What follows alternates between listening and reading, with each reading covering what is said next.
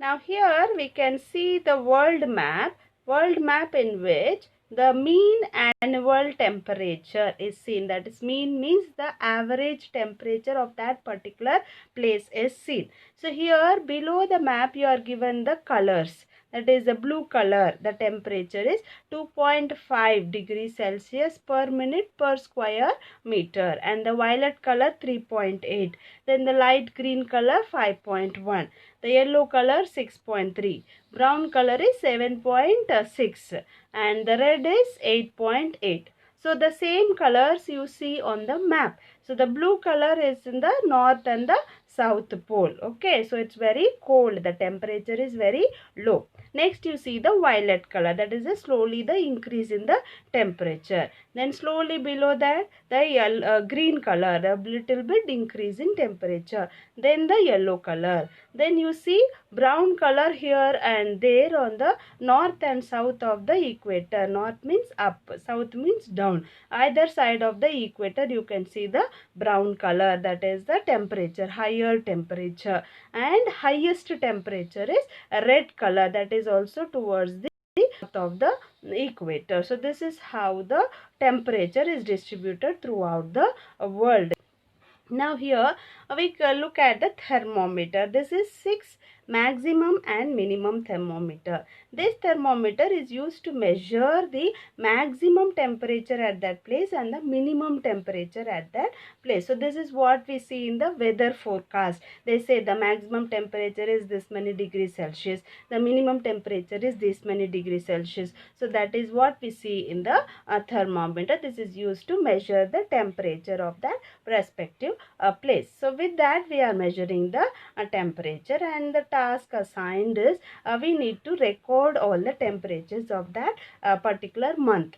Okay, and here we are given the highest temperature. The highest temperature recorded is from a place called Azizia in Libya, where in July 1922 the temperature reached 57.8 degrees Celsius, and in a place called Vostok Station in the Antarctica. Antarctica is in the south, the downmost part, the bottom of the globe, that is the Antarctica. In the Antarctica, the temperature fell to minus 89.2 degrees Celsius in July 1983. So minus is less than, very less than even 0 degree. 0 degree itself is ice temperature.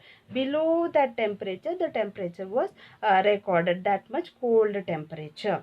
Okay, then you see, note down the highest and lowest temperature of the day using 6 maximum minimum thermometer. So as I told you before, using that thermometer we need to record all the temperatures. Maximum how much is there, minimum how much is there.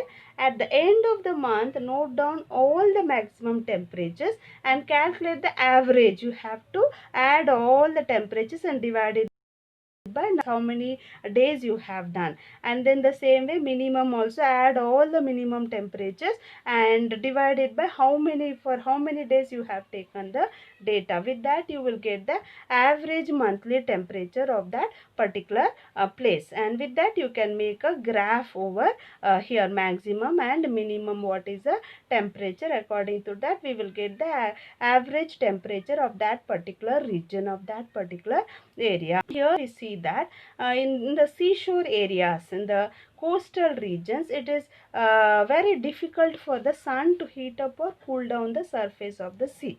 Since the sea doesn't get too hot or cold, the air above the sea also doesn't get too hot or too cold.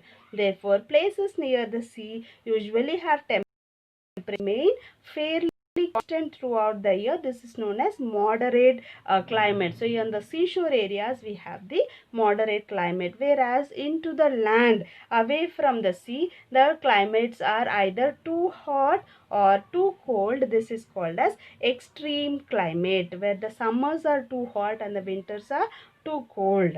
Okay, the highest parts of a mountain generally have the lowest temperature. That is why we go to the hill stations during the summer season. temperature decreases with elevation. As we go to higher altitudes, the temperature decreases. That is, for every 1000 meters increase in elevation, the temperature falls by 6.4 degree Celsius. For every 1000 meters, the temperature goes at decreases by 6.4 degree Celsius.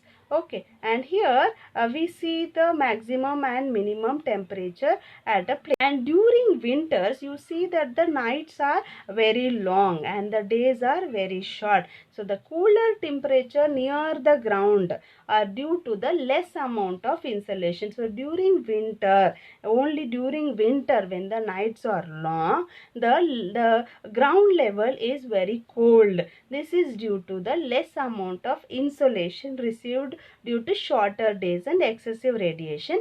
This is known as inversion. Inversion means it is opposite. Generally, I said ground level is very hot, but during winter the ground level is cold. This is called as inversion.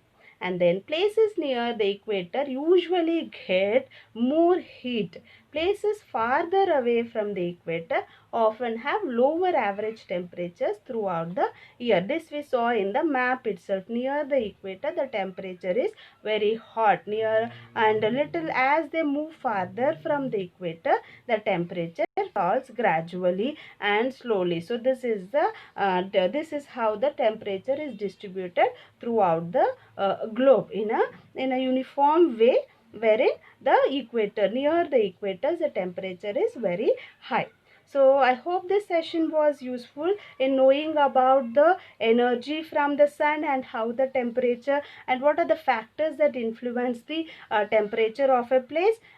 See you in the next video with a summary of the next chapter. Till then, take care, goodbye, and have a nice day.